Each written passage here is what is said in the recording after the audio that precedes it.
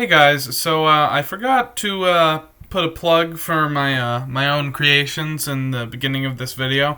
So if you like this content and you want more, subscribe and like the video, and it'll help me basically create more videos, and it'll also help more people get to these videos. If you like them, then maybe other people will. Anyway, on to the video! Hey guys, so I didn't mention it in this video mostly because it didn't exist at the time, but a couple people have been able to actually get access to early models of the Switch, namely being Linus from Linus Tech Tips, and a couple of others. So if you want to, you can definitely watch some of those videos as well, but needless to say, I still think a lot of my predictions in this video were accurate enough to actually release this to the public. So please stick around till the end. Hey guys, this is GameCubert here, and today we're actually going to be talking about some rumors, some myths, and just some general information about the Steam Deck and what I know about it and what I can essentially tell people about it. Now, I'm not part of any insider programs. I don't have this device sitting in my back room, but I have been using Linux, which is the operating system that the Steam Deck is going to be using, essentially, or at least a modified version of that operating system, and I have been experiencing a lot of the innovations that Valve has been pushing to essentially eventually create the Steam Deck. So what I can say is this: Valve has put a lot of time and work into making Proton possible, which is a translation layer. It's not an emulator, so it's not gonna, get super decreased performance.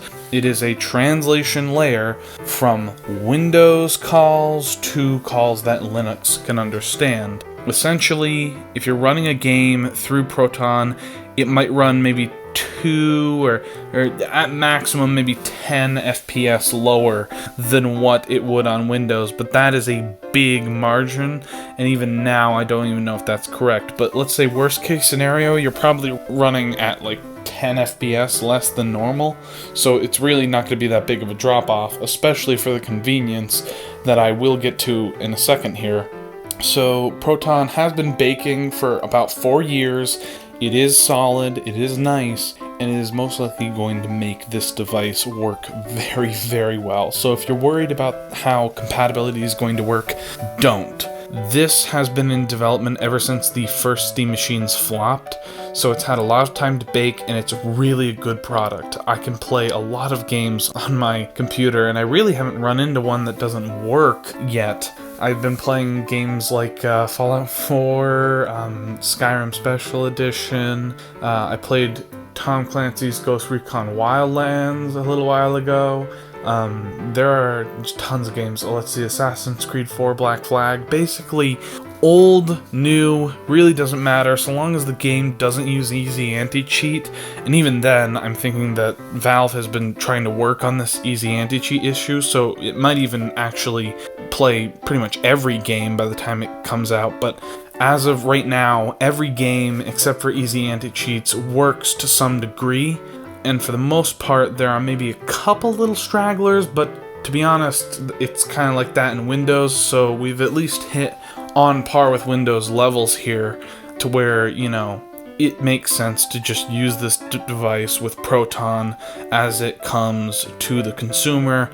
This is going to be a good product, and it's going to run your games. I really definitely doubt that you're going to run into a game that just doesn't work. Alright, so the next part of this little talk is going to be about running Nintendo games on it, or specifically Switch games. A lot of people say this is going to be a Switch killer.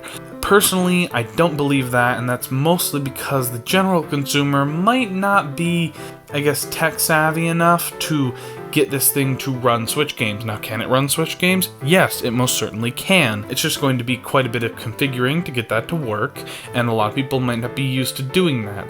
It's going to be a little bit more, maybe, configuring than what you're used to, mostly because this is Linux after all, this isn't Windows, so you might have to use something like Wine to get a particular program to work. But yes, you will 100% be able to play Switch games on this. Now, how well will you be able to play Switch games? That's questionable. But generally speaking, this will compete in a similar market to the Switch, but in all honesty, I don't see much competition in anything other than the games that this thing can run, that the Switch also can run without having to, emulate or anything. I'm just saying things like Skyrim on the deck is going to be probably a better experience than Skyrim on the Switch. But other than that, emulating specific games like Super Mario Odyssey and Zelda Breath of the Wilds, those things are going to be a little questionable, but generally speaking, this could compete, but I don't think it will.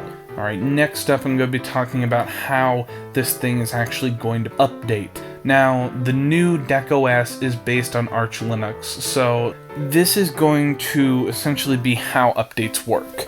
You're going to probably just get an update prompt or something like that, or you're going to get an option in your settings to update, and it's going to be like updating a console. You just click a button and it starts updating, and then maybe you have to restart your device, but generally speaking, updates are going to be super simple, and you're not going to have to worry too much about them. Also, they're going to be pretty optional. I doubt that you're going to want to skip updates, mostly because they're also probably going to be pretty quick. Generally speaking, Linux is good at updating systems quickly, so you're going to have a pretty good experience when it comes to updating this console.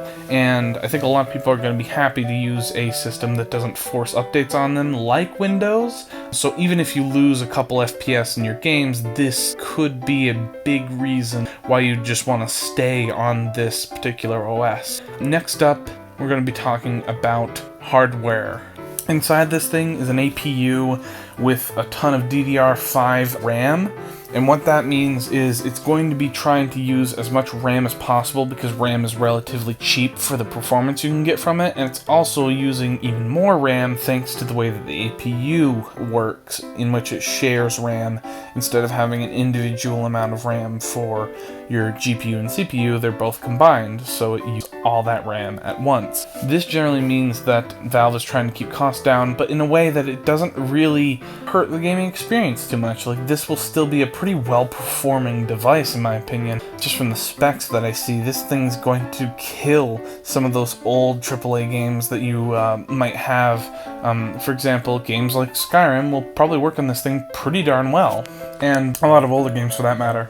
Might I say, for the first time, we probably would have a way to play games like Fallout 4 and shooters that are like open world shooters. Those are going to be probably relatively fun on this thing because it will most likely be able to run a lot of those games at higher resolutions or higher FPS, depending on which one you want. You can probably configure a lot of things too, which is nice as well. Next up, we're going to be talking about some of the software that's going to be on this thing. Obviously, we know Proton's going to be on here to make it so you can play Windows games on Linux, but what else is going to be on this thing? Well, I'm assuming that we're going to be running with Mesa drivers as well as the ACO compiler, and the reason I say that is because these two particular things seem like something that could be able to run with a APU. So the thing is when you're running with the ACO compiler and Mesa drivers as well, I think you're going to see that Linux is going to have a big performance boost, which actually might subvert that 10 FPS drop that you would normally get, and who knows, this thing could actually probably perform better than Windows in some cases, depending on the game. So who knows, you might actually not want to switch the OS, and this operating system might actually be better than Windows, and I'm not even joking when I say that. Next up, you're also going to get controller compatibility. I'm going to be using my PS5 controller on this puppy with this device because I just like that controller, and since I'm going to have it as an option thanks to the way Steam works, it's going to be pretty fun. To be honest, this device is going to be pretty cool. Another thing we have to talk about is retro gaming. Are you going to be able to retro game on this thing? Actually, it's going to be a lot easier to retro game on this thing, more so than other previous installments of devices, mostly because Valve has recently created a interesting version of RetroArch, and they're going to try to incorporate it into the version of the story that you're going to get on the Steam Deck. You're going to have this around that time, and you're going to be able to play a lot of old Nintendo games, Atari, I think they might go up to things like the Nintendo 64. I don't know how far they're going to go with the cores, but needless to say, they could include them all, in which case you would be able to run pretty much every emulator you can run in RetroArch already. But the thing that's going to be cool about this particular thing is it's going to be easier for people to just click install and get this thing going on their Steam Decks, as well as it's going to have a much easier way of installing cores. You're going to essentially install them like you download DLC,